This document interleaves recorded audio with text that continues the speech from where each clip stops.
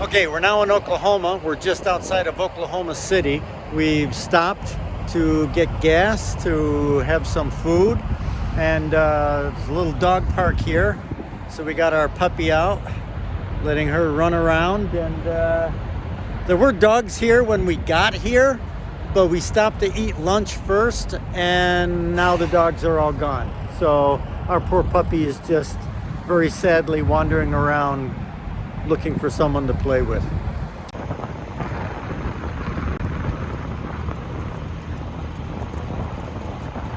Who's that?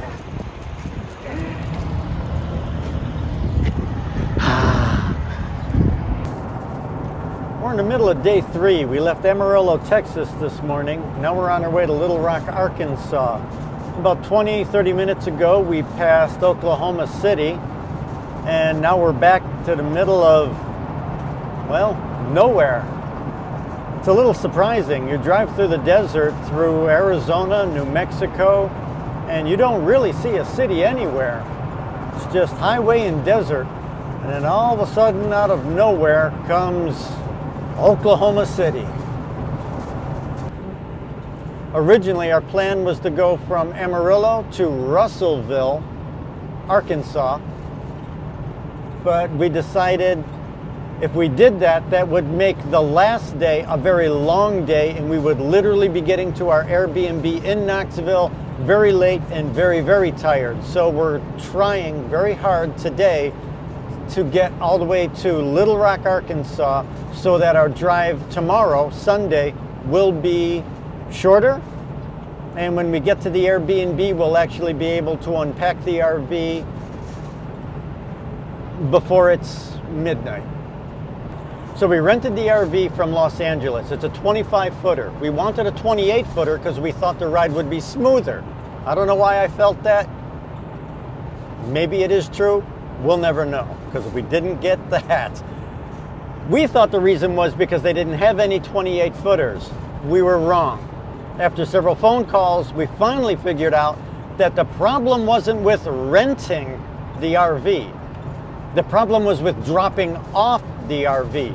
With a one-way rental, you have to have an agency that is not only able to rent you the RV to take away, but there has to be an agency on the other end that can accept the RV. We were told that so many people were taking RVs one way to Tennessee that we could not get a 28-footer.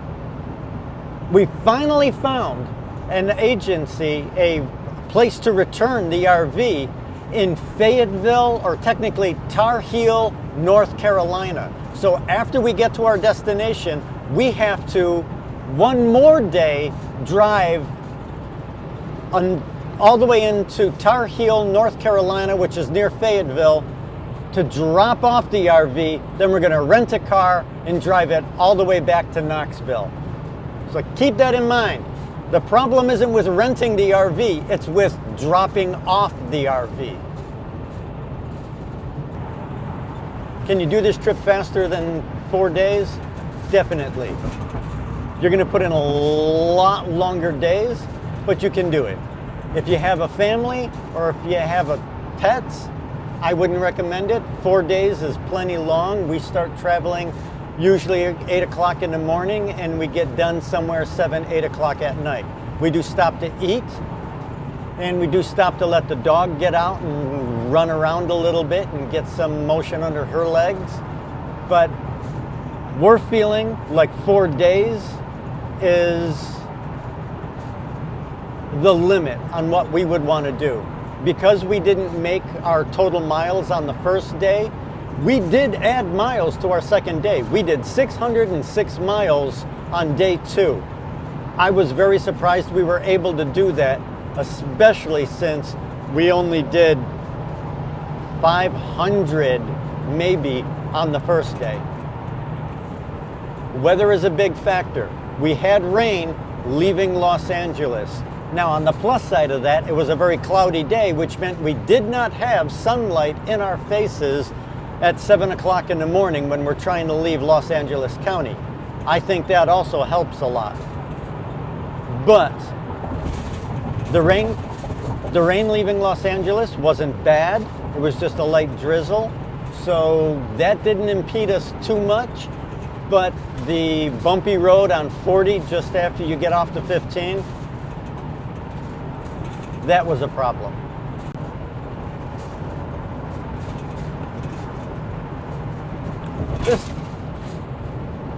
This is the road.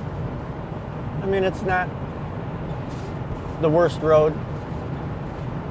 I know some people have been complaining that the road's filled with potholes and that they're bouncing their heads off the ceilings. We haven't experienced that. We've experienced some rough road, but it's not because of construction and it's not because of potholes. It's just because of use. The roadway just starts getting a little rough. Makes the RV make a lot of noise. It shakes a lot of things. If you have something stored in the sleeping quarters above the cab of the vehicle, it might fall out and land on the floor behind you. But all in all, the road has been okay. The worst part of the road was leaving California, getting into Flagstaff. And we did hit rough road. I'm not saying we didn't hit, it was all smooth sailing. We did hit some rough road in Arizona and in New Mexico. But all in all, we have been able to travel speed limit, with the exception of when the wind hits. I don't like driving the speed limit when the wind is smashing the car around, so I will slow down a little bit. Well, I missed the sign. I didn't see what river this was, but that's pretty.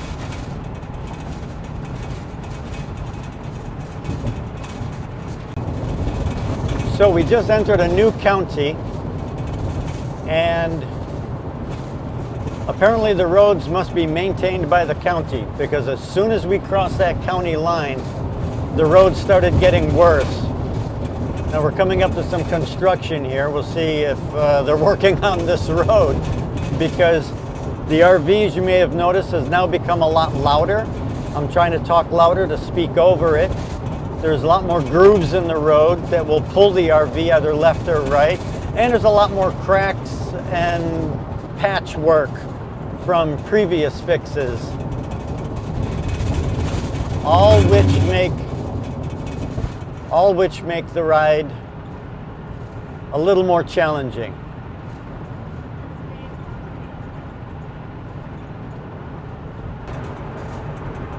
I'm not sure you could see those bumps and cracks in the road very well, but here we've hit a stretch of road that's not as good as what we have been seeing for the last several hours. Going through Arizona and getting out of California, the road was a lot like this, if not even a little bit worse. Each one of these little bumps, although they might look small on camera, are shaking the RV pretty good. In some cases, they give a big enough bounce that you have to correct steering afterward.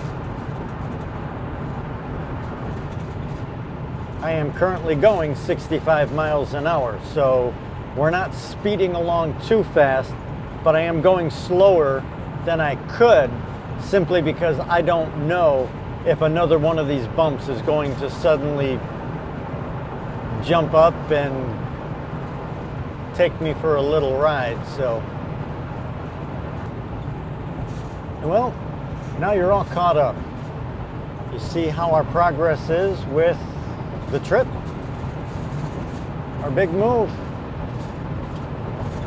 We'll be adding more to this, but we'll see what tomorrow will bring.